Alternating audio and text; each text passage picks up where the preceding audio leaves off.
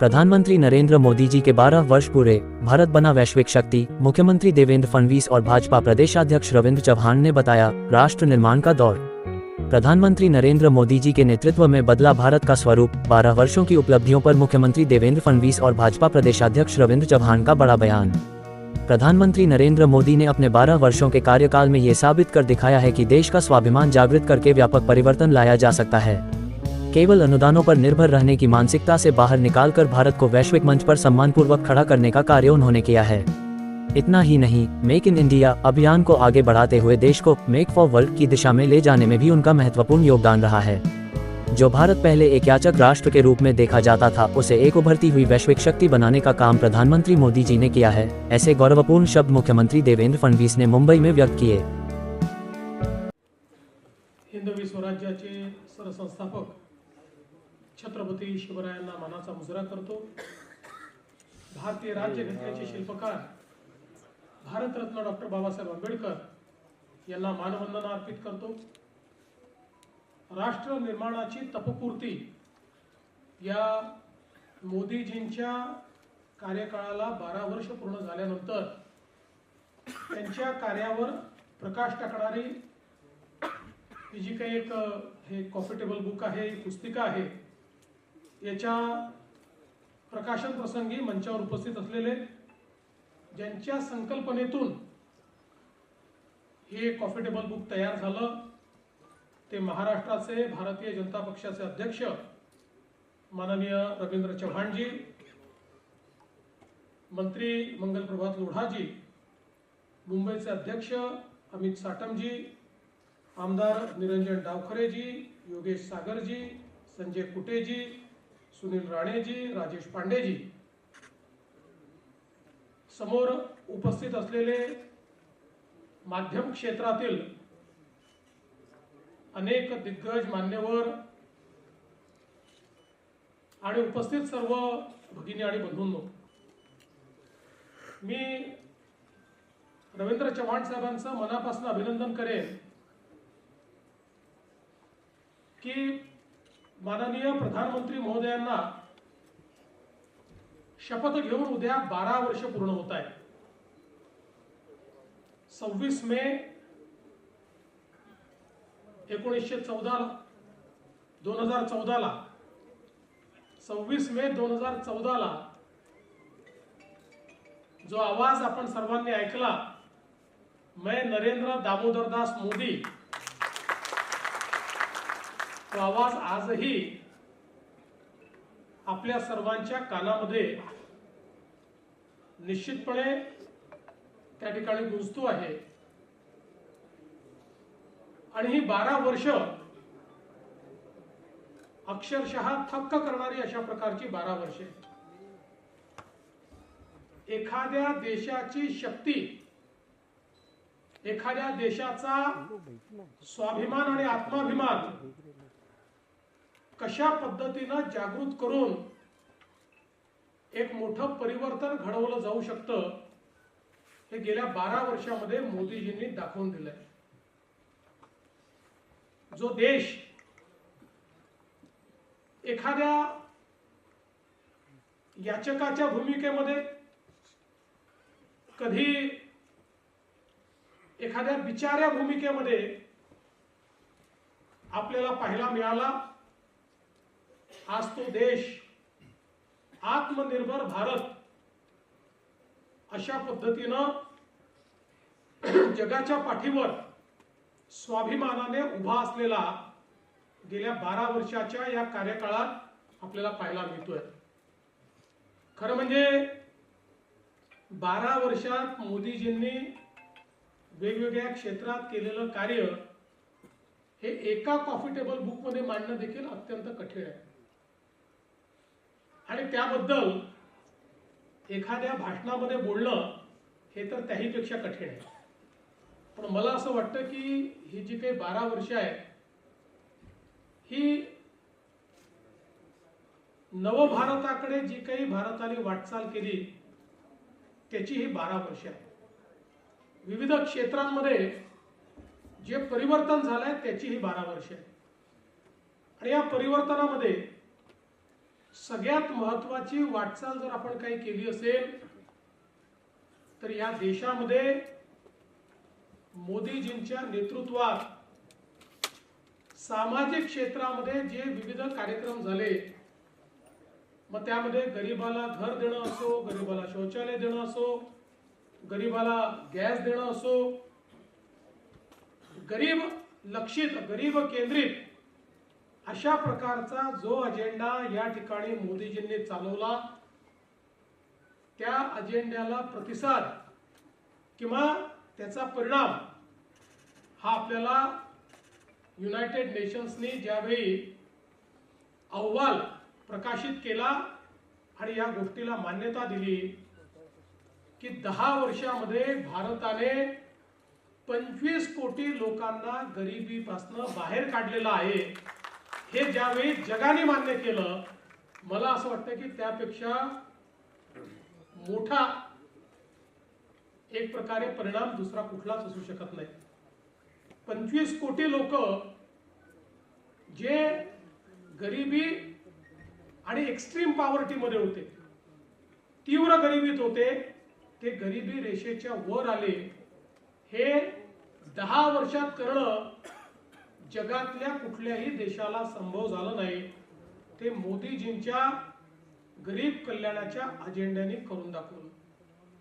विविध क्षेत्रांमध्ये ज्या प्रकारे मोदीजींनी या देशाचा पायवा रचला,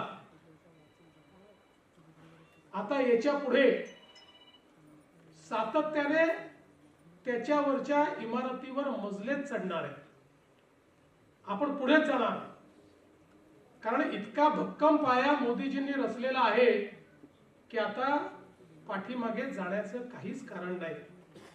आज आपण बघा, अर्थव्यवस्था म्हणून भारताने केलेली प्रगती ही थक्क करणारी प्रगती आहे।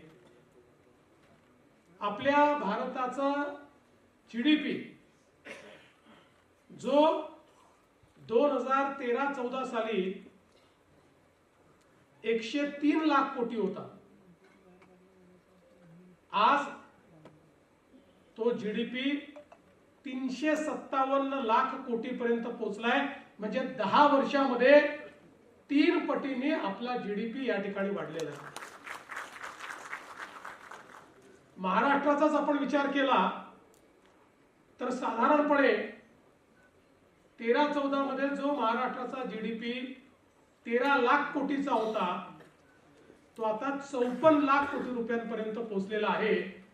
आणि मला असं वाटतं की ही जी काही एक प्रकारे देशाच्या अर्थव्यवस्थेची वाढ आहे, मोदीजींनी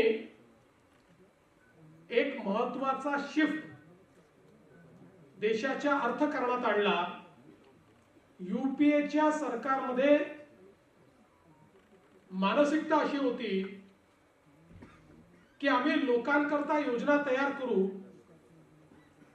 आणि जे काही आहे ते अनुदानाच्या स्वरूपात लोकांना देऊ, त्याच्यावर लोकांनी जगलं पाहिजे। आम्ही नवीन संधी निर्माण करणार नाही, आम्ही देशाच्या विकासावर, देशामध्ये पायाभूत सुविधा तयार करण्यावर कोणताही खर्च करणार नाही, लोकांना आपल्यावर अवलंबित करून ठेवू, अशा प्रकारच्या मानसिकतेतून, ज्याला डोल्सची इकॉनॉमी म्हणतो, अशा प्रकारची अर्थव्यवस्था, अनुदान प्रेरित अर्थव्यवस्था ही त्या काळामध्ये तयार झाली। आणि त्याचा परिणाम असा झाला की हळूहळू अर्थव्यवस्थेच्या ताणामुळे आपण संधी पण निर्माण करू शकलो नाही आणि लोकांना त्यांच्या जीवनाकरता आवश्यक काय आहे तेही देऊ शकलो नाही। परिणामतः इतक्या मोठ्या प्रमाणात देशातल्या गरिबीमध्ये एक मोठी जंप आपण 10 वर्षाच्या यूपीएच्या कार्यकाळात पाहिली।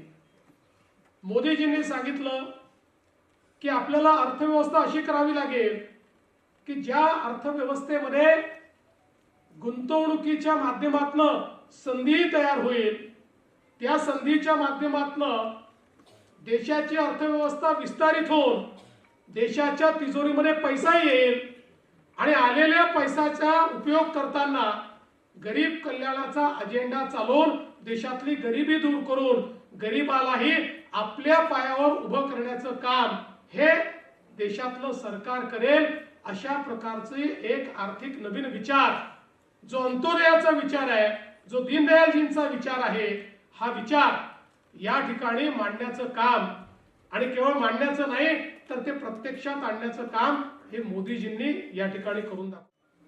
सर्वांनी दोन्ही हात उंच करून आपण सर्वांनी घोषणा द्यायची आहे. बोला भारत माता की जय, भारत माता की जय, वंदे वंदे. खर तर देशाचे पंतप्रधान नरेंद्र मोदीजी यांच्या नेतृत्वामध्ये त्यांनी राष्ट्र परमवैभवाच्या दिशेने घेऊन जात असताना भारत माता की जय हा जो ही जी घोषणा आहे की हा मंत्र आहे, हा मंत्र जेव्हा जेव्हा कोणीतरी एखादं छोटं बाळ की जे नुकतं जन्माला आलंय, जे आई आणि बाबा असं म्हणायला सुरुवात करत आहे, त्याच्या कानावरती सुद्धा जेव्हा भारत माता की असा जेव्हा शब्द येईल तेव्हा त्यांनी सुद्धा दोन्ही हात उंच करून जय म्हटलं पाहिजे. ही भावना आदरणीय पंतप्रधान नरेंद्र मोदीजी यांनी या पूर्णच्या पूर्ण 12 वर्षामध्ये तयार करण्याचं काम केलं. प्रत्येक क्षेत्र आणि या प्रत्येक क्षेत्रामध्ये काम करत असताना देशाला एक वेगळी दिशा कशी देता येईल, जगाच्या समोर भारत देशाला एक विश्वामधला असणारा सर्वश्रेष्ठ देश म्हणून नावारूपाला कसा येईल या दृष्टिकोनातून जे जे करता येऊ शकतं ते ते करण्याचा प्रयत्न हा आदरणीय पंतप्रधानांनी केला. विशेष म्हणजे काय तर एक मानसिकता बदलण्याचं काम सुद्धा हे आदरणीय पंतप्रधान नरेंद्र मोदीजींनी केले. प्रत्येक व्यक्तीला असं वाटत होतं की येणारा काळ हा आपण आणि आपल्या देशातील असणारा प्रत्येक जण हा कशा पद्धतीने विचार करतोय आणि एक संपूर्ण देशभरामध्ये भ्रष्टाचाराच्या विरोधात एक जन आंदोलन उभं केलं. आणि त्या जन आंदोलन फक्त उभं केलं नाही तर ज्या वेळेला मी पंतप्रधान म्हणून शपथ घेईन, पंतप्रधान म्हणून मी माझी कारकीर्द सुरू करेन, तेव्हा एक स्वतःच्या मनामध्ये त्यांनी विचार केला आणि त्यांनी बोलून दाखवलं, मैं न खाऊंगा और किसी को खाने नहीं दूंगा. पारदर्शकपणे कारभार हा यानंतरच्या काळामध्ये देशामध्ये होईल याची त्यांनी पूर्ण दखल घेतली. आणि पार्लमेंट टू पंचायत या सगळ्या व्यवस्था बदलता कशा येतील आणि म्हणून डिजिटल इंडियाच्या माध्यमातून हा सर्व विषय हा त्यांनी हाताळायला सुरुवात केली. कळत नकळत तुम्ही आम्ही सर्वजण पाहतोय की गेली वर्षानुवर्ष 12 वर्षामध्ये या सर्व गोष्टींमुळे आपण पाहिलं असेल कोट्यावधी रुपयांचं असणारं जे आपल्याला जो फायदा होतोय किंवा आपल्याला सर्वांना शेवटच्या व्यक्तीपर्यंत सरकार आणि सरकारच्या योजना गेल्यामुळे मोठ्या प्रमाणामध्ये हा शेवटच्या व्यक्तीला फायदा होतोय. एवढ्यावरच नाही परंतु सर्व माणसांना जनजागृतीच्या रूपाने मग ते तुम्ही आम्ही सर्वजण आपल्या घरामध्ये पाहतो स्वच्छ भारत मिशन असेल, तुम्ही आम्ही सर्वांच्या असणाऱ्या एवढ्या वर्षाच्या असणाऱ्या सवयी, परंतु आता घरातील असणारं लहान मूल सुद्धा आपण पाहतो तो आम्हाला सांगायला लागलाय की तुम्ही इथे कचरा टाकू नका. ही मानसिकता जी बदलली आहे, ही बदललेली मानसिकता आदरणीय देशाचे पंतप्रधान नरेंद्र मोदीजी यांच्या स्वतःच्या असणाऱ्या वागणुकीमुळे आचरणामुळे हा जो बदल आहे तो बदल मोठ्या प्रमाणात झाला. पूर्वी तुम्ही आम्ही सर्वांनी पाहिलं असेल की अनेकांनी अनेक गोष्टींची सातत्याने प्रत्येक जाहीरनाम्यामध्ये वेगवेगळ्या पद्धतीने प्रत्येकाने आमिषी दाखवण्याचा प्रयत्न केला, परंतु देशाच्या पंतप्रधानांनी एक वेगळ्या पद्धतीने लोकांना आव्हान केलं की येणाऱ्या काळामध्ये जर तुमची परिस्थिती जर चांगली असेल तर तुम्हाला मिळणारा लाभ जो आहे तो लाभ सोडून द्या आणि आपण पाहिलं असेल की एलपीजी सारख्या अशा असणाऱ्या जेवढे असणारे लाभार्थी त्यामध्ये होते, गॅस मध्ये असणारे लाभार्थी जीवित कपच्या माध्यमातून लोकांनी नाही, करोडो लोकांनी स्वतःचे असणारे मिळणारा लाभ जो आहे तो लाभ सोडण्याचं काम केलं. ही जी मानसिकता बदलण्याचं काम, देशाला एक दिशा देण्याचं काम हे सातत्याने देवेंद्र फडणवीसजी असतील किंवा आदरणीय पंतप्रधान नरेंद्र मोदीजी यांच्या नेतृत्वाचं सरकार हे सातत्याने करतात. वेगवेगळ्या पद्धतीने काम केलं आणि हे काम जर आपल्याला सामान्य लोकांपर्यंत पोहोचवलं पाहिजे, राष्ट्र निर्माणाची असणारी ही प्रक्रिया की जी सातत्याने सुरू आहे ही लोकांपर्यंत पोहोचवणं अत्यंत गरजेचं आहे. हे फार गरजेचं काम करणं गरजेचं आहे.